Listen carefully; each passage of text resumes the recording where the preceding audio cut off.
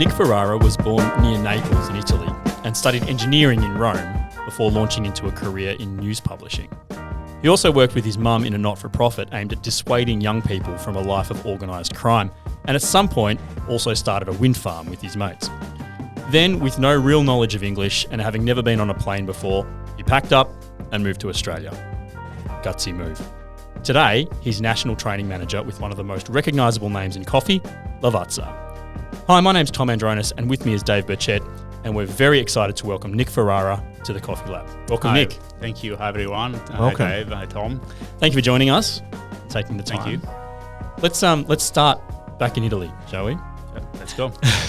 How did someone who studied engineering end up in newspaper publishing? Because engineering is boring. Simple as that. How we all started. Studying engineering, I've always been a person aligned with technology. I always loved technology. I did study IT in high school. High school in Italy is divided in sectors, so you can actually choose what you want to study. It's more technical school. So I did IT in high school, started IT, software engineering. That was even more boring than civil engineering. Always loved that kind of environment, moved it there. Started working in Rome and as a part-time job at nighttime, as a printing inspector. So essentially, a small publishing firm, they don't really have any printing facilities, so they use third-party facilities to print. And I was the person of the newspaper in the printer, at the printer, just to make sure that everything was done correctly and we were meeting all the deadline for distribution. Were you checking for smudges, or what did you look at? At times. Yeah. Mostly though, timeline. So essentially, a newspaper works that you print overnight, then he goes from the main production, goes to the main hub of distribution, and then he splits everywhere. The thing is that when he splits everywhere, he also splits with other couriers. So we had to make sure that our courier was actually leaving the production place on time to meet those others, and it gets distributed capillarity across the nation. Being a nationally distributed newspaper, their part was very, very important. Missing that bit, it would have cost us around 10 grand, which is 3 months' wage of an average, actually more than 3 months' wage of an average Italian. So as you understand, Wow. It was a major. That's a lot. It's a major thing. Yeah, and so what happened to that business? So since then, there was something happened. I was in the newsroom. I was talking with. We had a meeting and so on, and the director, which is then became my mentor, had to leave the meeting because a problem arose and had to deal with a few things. And while he left, I made a couple of phone calls. I'm easy at making connection with people. Made a couple of phone calls, fixed the problem.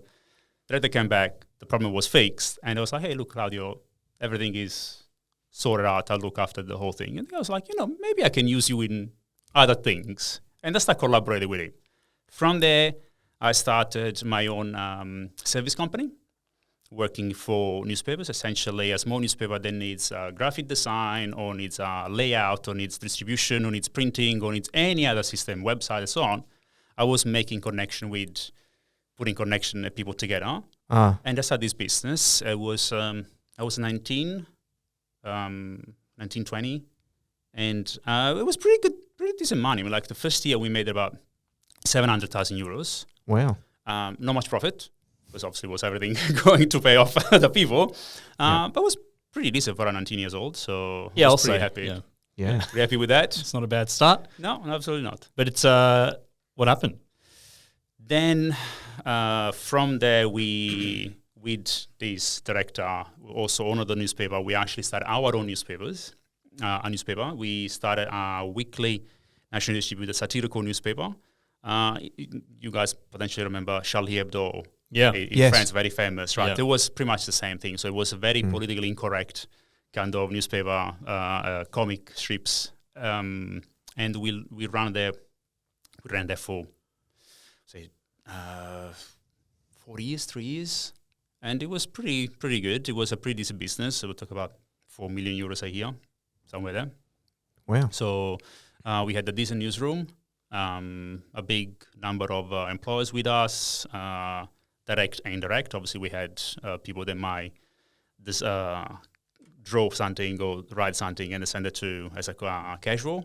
And we had that. Then we got bored of newspapers. So while we were still doing newspapers, we tried to do the wind farm. Yeah, so that sounds like a logical progression. Absolutely, right? Like you go from that's how you do it, right? How did that happen though? You just went, let's do a wind farm. Like, what were you doing? Like out for dinner and just went, you know what we should do? Or a few too many limoncellos. There was pretty much it. Not much limoncello at the time. It was wine, but yes, pretty much it. So in Europe. Europe has always been ahead at the wave in terms of renewable energy, right? So in Europe, European Community organized this called Energy Fund. Yep. Essentially, since 1994, Europe was charging an extra cent on every single European person or bill, and to create a fund of 20 billion euros. That fund then, 10 years later, they started distributing that fund of people that actually were producing electricity. So if you were opening a wind farm or opening just like a small domestic solar system, European Community will pay you by the production of what you're producing. So producing 10 gigawatts or 10 megawatts or 10 kilowatts, European Community will pay you by the megawatt. Big business, absolutely huge business. So obviously we try to get on top of that one. Did it work? No, unfortunately not. Unfortunately not, because getting all the necessary permit for that, it's not a joke. We're talking about like a large facility. We're talking about a 30 megawatt wind farm with 10 turbines over 3 megawatt each, done by Vestas. So we met with the guys in Germany to try to get these off the ground. We did so you also need to do a study in the land in terms of environmental impact and so on. We put on an anemometric pole to check the intensity and the speed of the wind. We had that up for a year, even though it was for 6 months. And then many other things happened. The newspaper in the meantime didn't go ahead. Unfortunately, collapsed. The whole little empire that we put together kind of collapsed with 2009 financial crisis. In the meantime, there also was a political crisis in Italy. There was the major party split in several different parties. Since then, things have gone rogue on a political scene in Italy. Our newspapers were political newspapers, and when you are playing in that kind of space, it can happen that you might make someone not completely happy.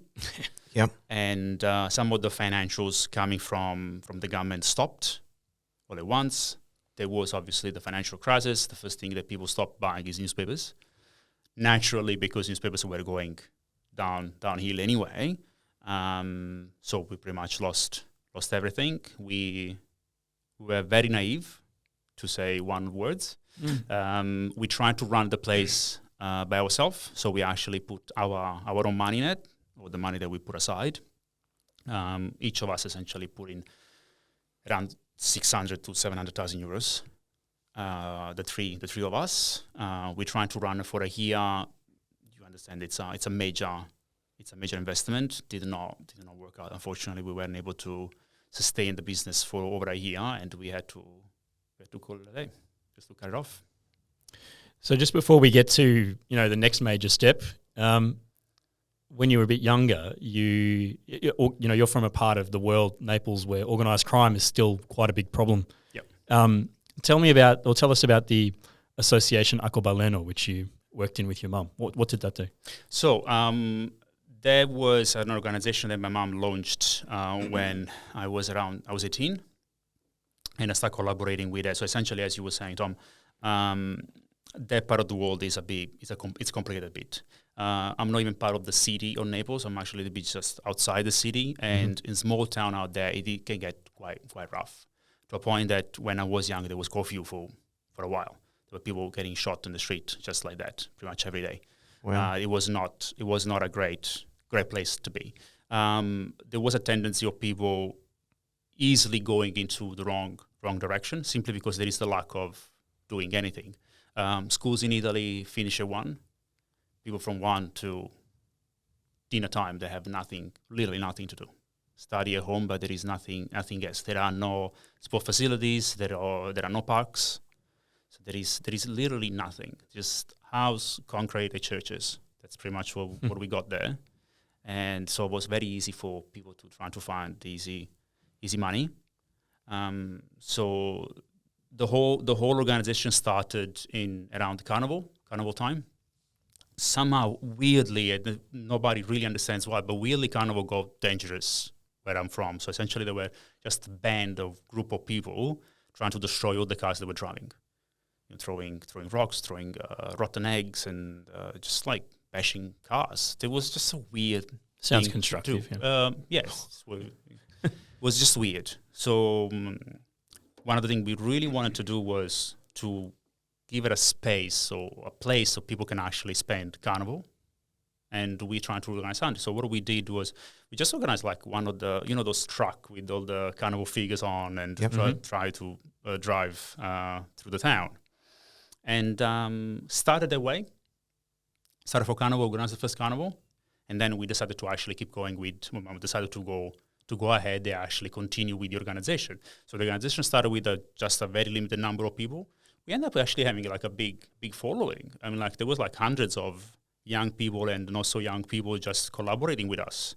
Some on supporting a volunteer thing, some others just enjoying to spend time with other, like-minded people. And it was nice. We were doing photography courses, we were doing dance courses, like very amateur style, but at least it was a place that we could do something. There was a rundown pool, a gym at school, never used.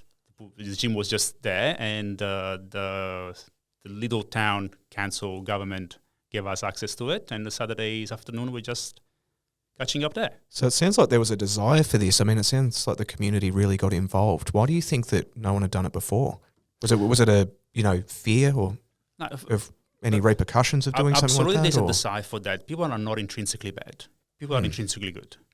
It's just the lack of means and the lack of things to do that drive people to be that. I was actually reading about a study of this American psychology professor. He created like a couple of experiments. One was the broken window experiment, and another one, the car experiment as well. So he demonstrated that people are not intrinsically good or bad depending on where they are, in the nationality or the ethnicity.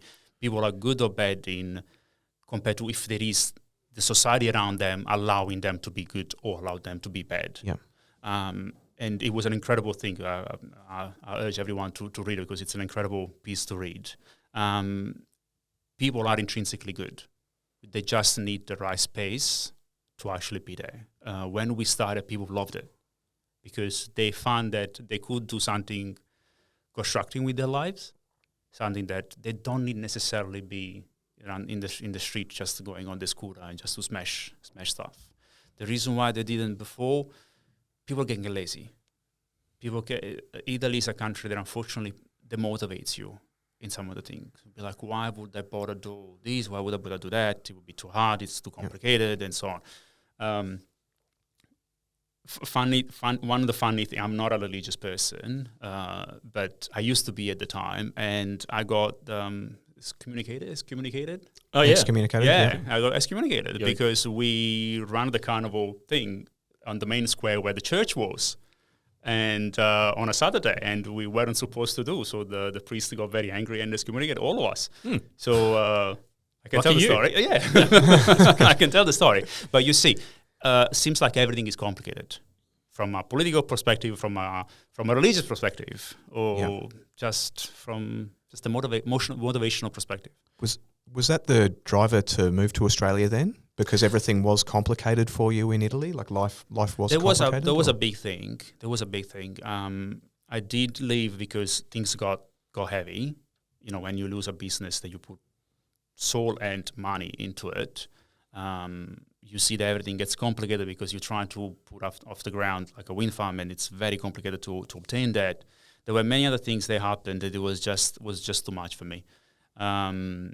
I was lucky enough to find myself in the right place, in the right spot, at the right time to pursue some entrepreneurship as a career.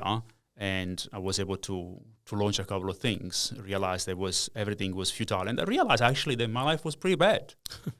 Honestly, like working 100 hours a week while starting, and it wasn't easy. I realized that you get so caught up in what you have, and you don't realize how much it costs you to have that.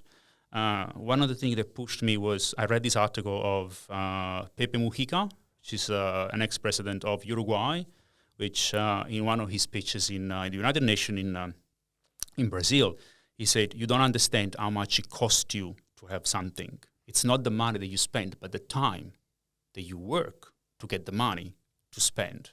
And then I was like, all right, my life is pretty crap. I have a Porsche, but still crap. Yeah. And I do suffer from depression, and it was not a good time. I did try suicide several times. Wow. And I was like, okay, this is not right. Left everything, came here. So why Australia? Because I watched too much Crocodile Dundee. But no, I mean, no real knowledge of English beyond Absolutely probably what you learned at high school, probably. We do 1 hour of English in school a week. Right. And we do that in Italian. Right. So I know all the grammar. I know English grammar. I don't know English words. Well, that's all right. Neither does anyone in Australia. So yeah, I mean, with no real knowledge of the language and never having been on an aeroplane before, you pack up and move, 16,000 kilometers. Yeah. Why? Yes. I wasn't joking. Crocodile Dundee. Pictured an idea of Australia, this relaxed, easy place, beaches everywhere, palm tree, coconuts. That's the idea of that we have in Europe of Australia. I'm sure you were disappointed when you landed in Melbourne. Yeah. It was cold. Yeah. My sister wouldn't believe I was actually walking into a store to buy a jacket. She was like, a jacket? Yeah. Do you need a jacket in Australia?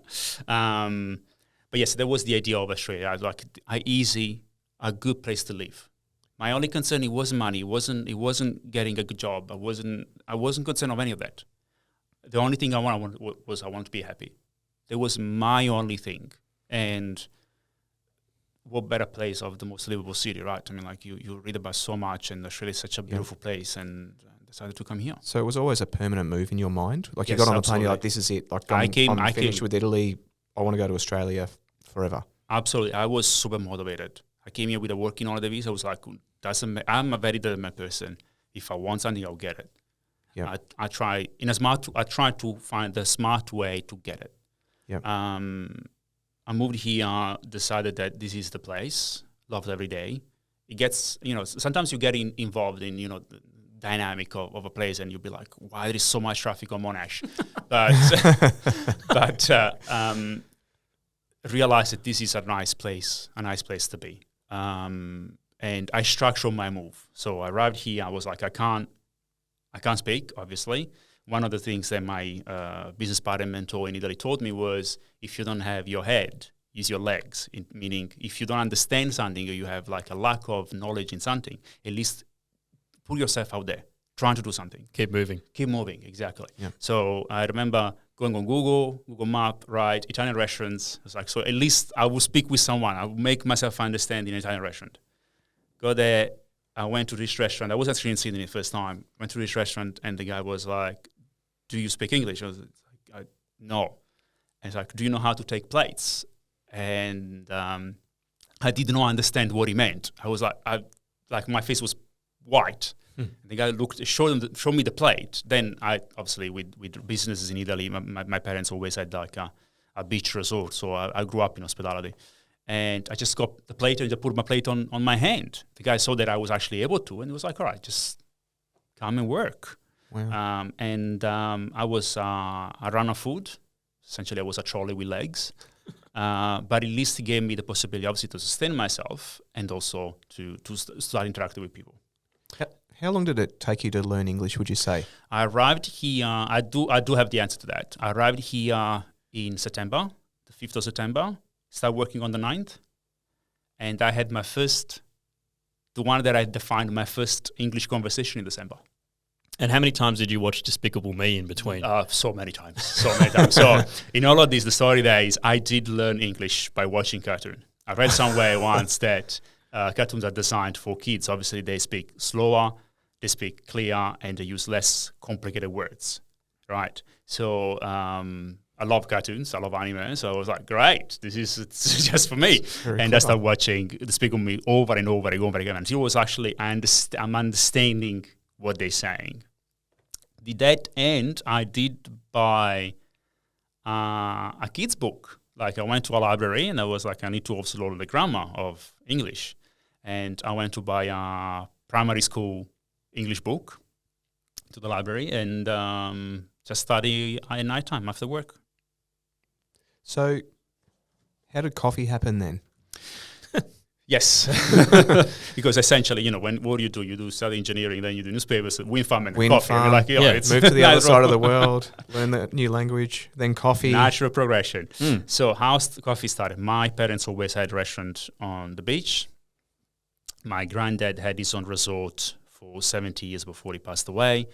Then we bought ourselves a place. It was this big 3,000 people capacity beach resort, like the Lido, classic Lido. I spend more time behind the bar, really, than in front of the bar. And I do drink a lot, so I mean, like that tells you. So for me, making coffee was an easy move. So, and to the point of, if you don't have the capability, the mental capability, give it a go, try something. So I was like, what do I know that I don't necessarily need to talk? Is making coffee, carrying plates, and that's where coffee started. So I knew how to make coffee, but I knew how to make coffee the Italian way, which is a completely different thing than what's happening here. Yes. So there was a learning curve. There was a very steep learning curve in that sense. And I started working in cafe, started making coffee there, then from second barista, then head barista, and then start managing a place, and then end up in Lavazza. So that was going to be my next question. How did you end up in Lavazza? And I mean, let's fast forward a little bit. What's your role today? So my role now is national training manager. So I look after all our accounts, training needs. So if there is any site that needs training, myself and my colleague, we jump on a plane and we make things happen. And why does Lavazza invest so heavily in that? Because we want that our coffee is served correctly. As much as we also like to say that, we want that everyone has support and so on, we also want that our quality is not untouched by bad processes. And what do you actually teach? So we teach pretty much from everything, depending on what the customer needs. We teach and we discuss pretty much from the very beginning, very basic of coffee making. So extraction, making the shots, steaming the milk, and grinder adjustment and so on, to more complicated things. So let's say sensory analysis, a little bit of roasting, and we do other little things like that, a little bit of latte art if they require. So it takes 4 months to learn a language. How long does it take? Does not take 4 months.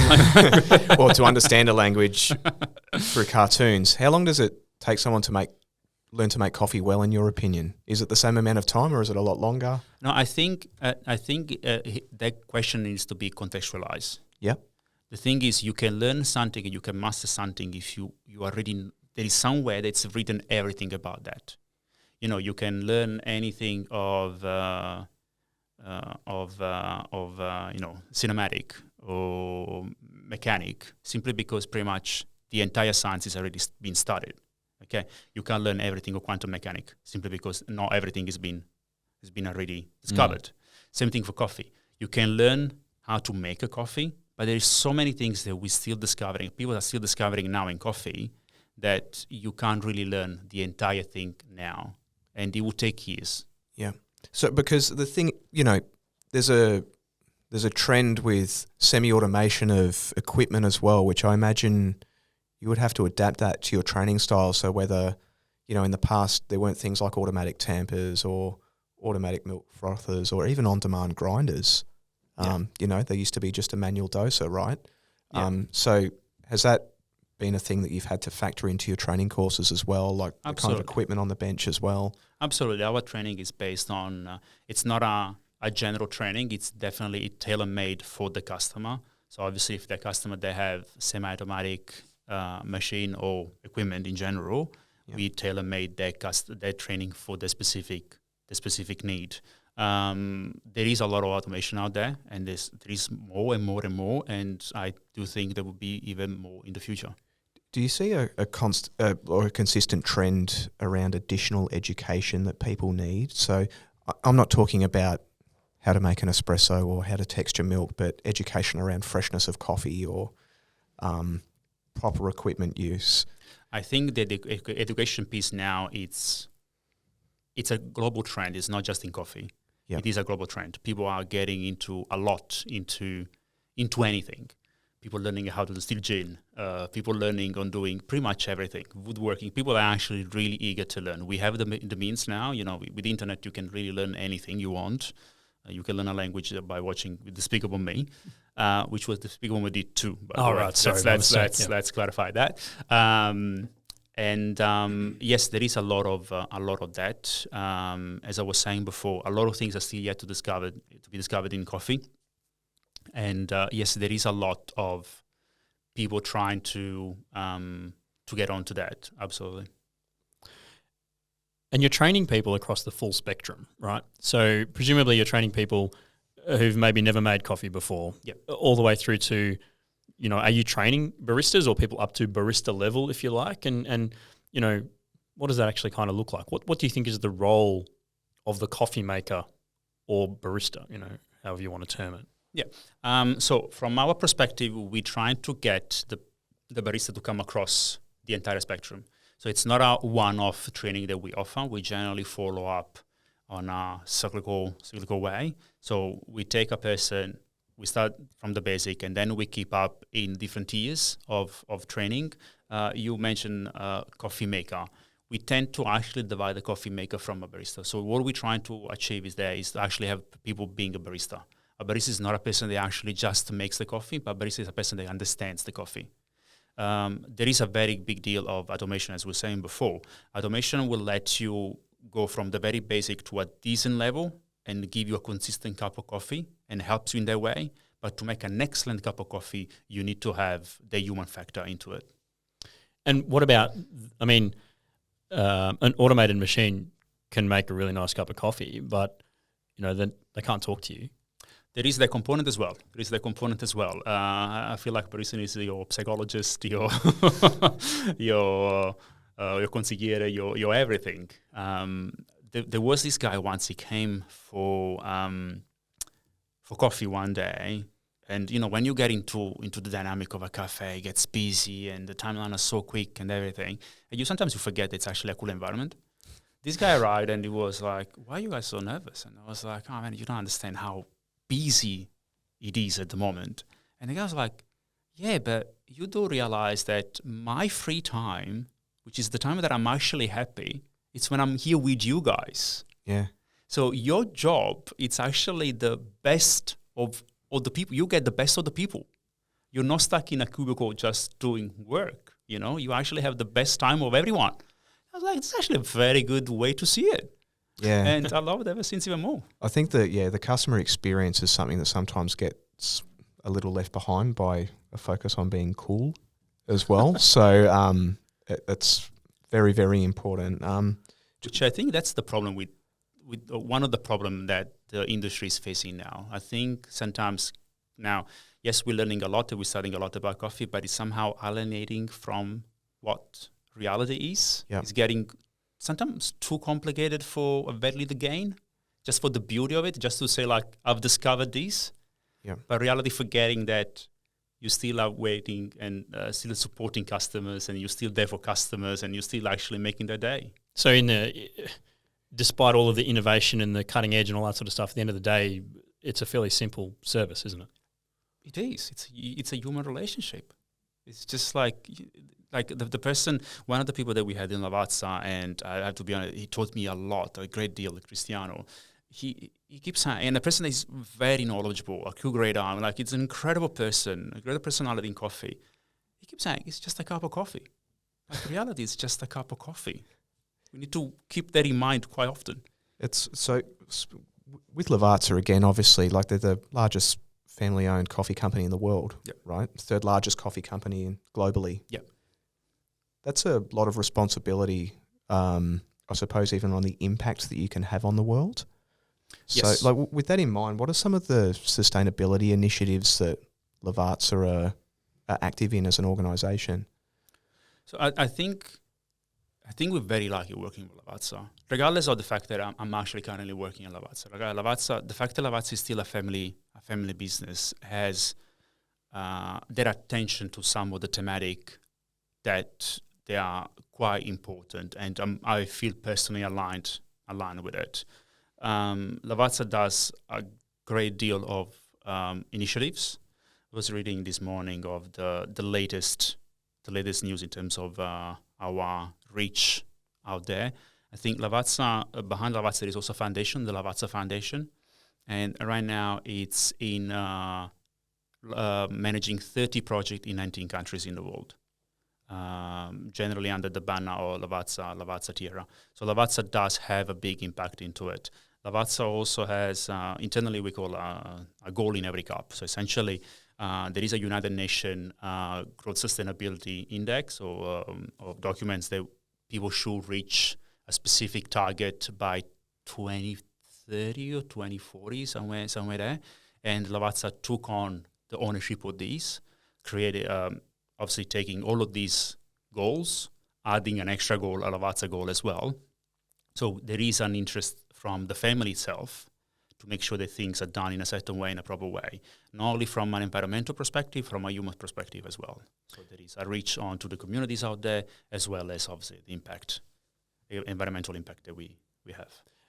How much are the family's values and therefore family values a part of the everyday kind of operation of Lavazza? It is a major thing. It is an incredible. I've never seen something like that. We live by our values. We really care about it, and our way of working has to reflect those values. The reality of translating just being a decent human being. Like we really want to have a good time being there, be respectful with each other, but also be respectful for the industry that we are in, and respectful obviously for the environment. So, sustainability and environmental responsibility, social change, these are conversations that are happening across the coffee industry. What do you think the next 5 years looks like in coffee, whether it's in those sorts of areas or whether it's in a very sort of practical sense? From a practical way, I would say that, as I was saying before, right now coffee somehow became a elitist kind of discipline, right? It's like becoming so cutting edge that it's getting away from what it is all about, right? People just drinking coffee. Because in the end of the day, without them, we don't have a job. So I think it's going back to just make a decent cup of coffee. I'm seeing a trend of what 5-10 years ago people would never consider roast a little bit darker or having a little bit Robusta in your coffee. I can see all of these people that 10 years ago was like, oh my God, you guys are doing this.